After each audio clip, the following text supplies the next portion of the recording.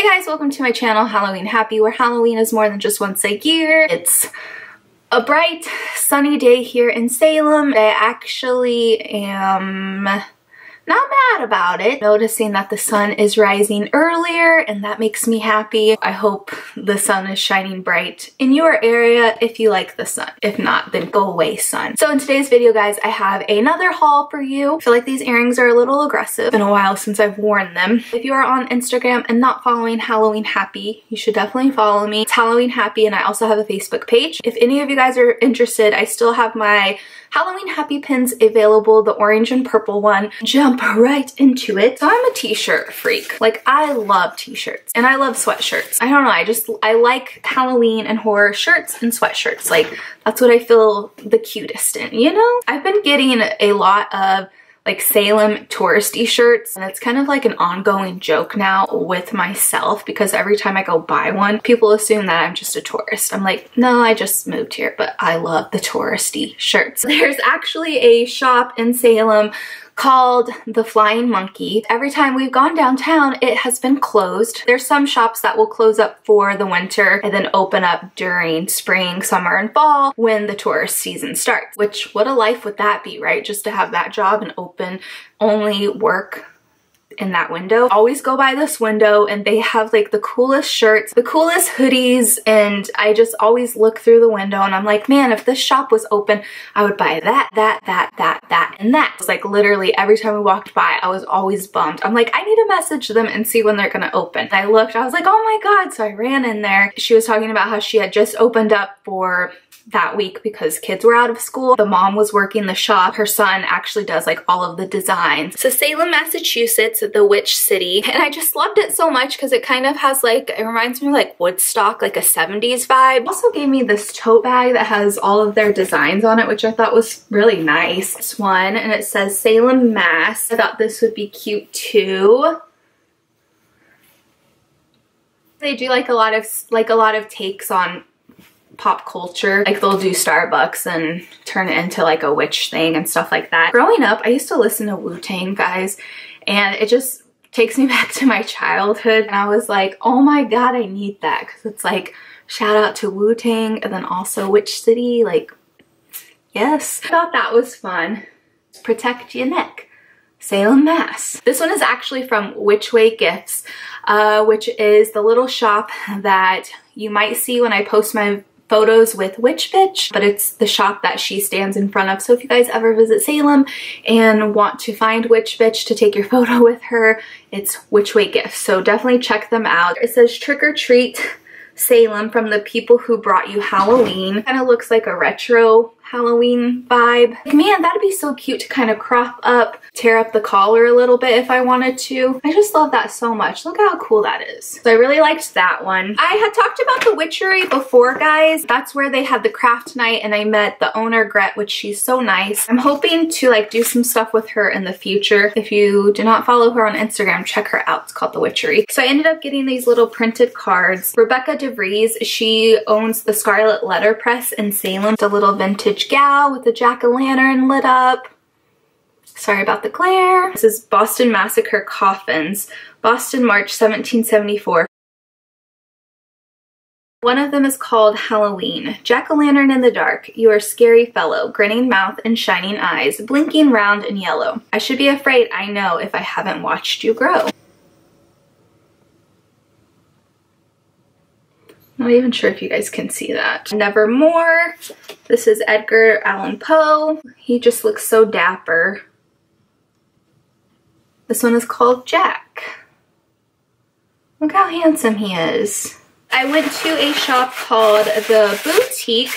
It's on Front Street. It's such a beautiful shop and the owner was so nice, and she had a lot of cute clothes and a lot of really pretty jewelry. I wanted to buy something just to support small businesses. White gold and yellow gold. Two chains. This one has a little ring and then these have like a little arrow thing like little arrow links. I just thought that was really cute. I'm really excited to be hauling this stuff and filming a video so that way I can put everything up and organize it. A place in the Witch City Mall, the comic shop, and they have some horror stuff, and it's called Silver Moon Comics. I've talked about them before, I believe. But they had these little Halloween buttons for sale. The glare is so bad. Yeah, I can put these with my Michael collection or put them on my jacket. When I bought these, I didn't realize how many were in the package, so that makes me feel a little bit better of how much I paid for these. They were $15, which I feel better that there's more buttons than I thought. John Carpenter's Halloween with the jack-o'-lantern.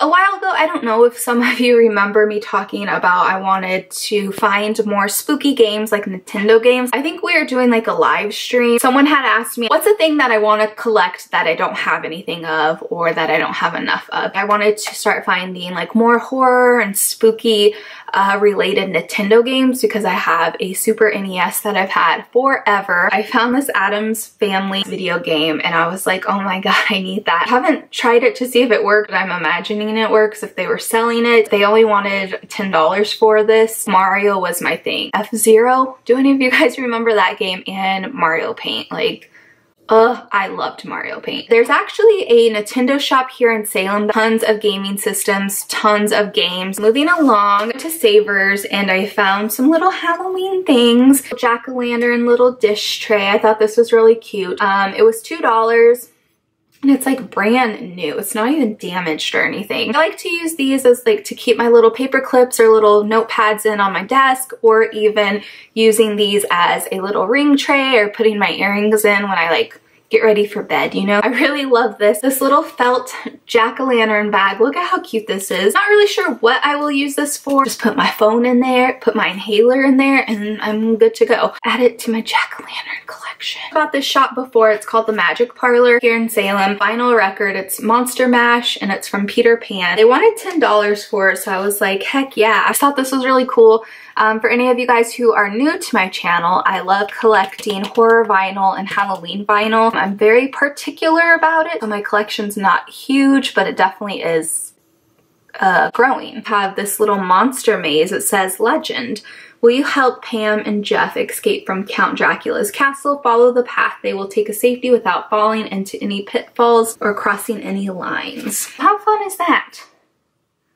Excited to add this. Some incense. I kind of wanted to talk about these because I had posted them on my Instagram and a lot of people were interested. They do sell these. I'm sure you can look them up online and find them because there's a few shops that sell these here in Salem. This is my second box actually. I end up burning them like every day. Probably should research like the effects that incense has on our bodies because it's like, is it good? Like, it can't be good, right? These are handmade in India, environment friendly, recyclable paper used, non-toxic, no child labor used, and no animal byproducts. Look up Haunted Halloween Incense, maybe Wickedly Charming, and then produced by our Expo. They do smell really good. It's kind of like a haunted, it's like a haunted house smell. It's called Haunted Halloween. Makes me think of like, you know, when you go to a haunted house on a Saturday night, there's a fire pit burning and your clothes kind of smell like that. You can smell the damp leaves. Oh, the soggy pumpkins. Like that's what this reminds me of. So I really love this. Patchouli is one of my favorite, if not my favorite.